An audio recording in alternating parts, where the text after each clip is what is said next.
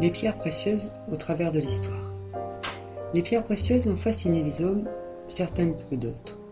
Par exemple, Soliman Ier, dit Soliman le Magnifique, sans doute un des plus grands sultans de l'histoire ottomane, était également bijoutier.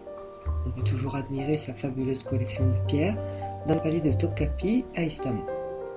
Louis XIV, roi de France, dit le roi Soleil, avait également une grande passion pour les pierres précieuses.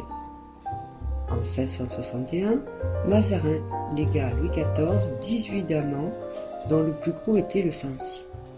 Louis XIV avait également des émeraudes, des rubis, des topazes, des améthystes, des saphirs. Le plus connu des saphirs de Louis XIV s'appelle le Ruspoli. Cette collection fabuleuse fut en partie vendue sous le Directoire ou volée à la Révolution française, car les joyaux de la couronne quittèrent Versailles pour le carte-meuble de la couronne. Mal gardée, la collection est alors pillée, puis retrouvée en partie.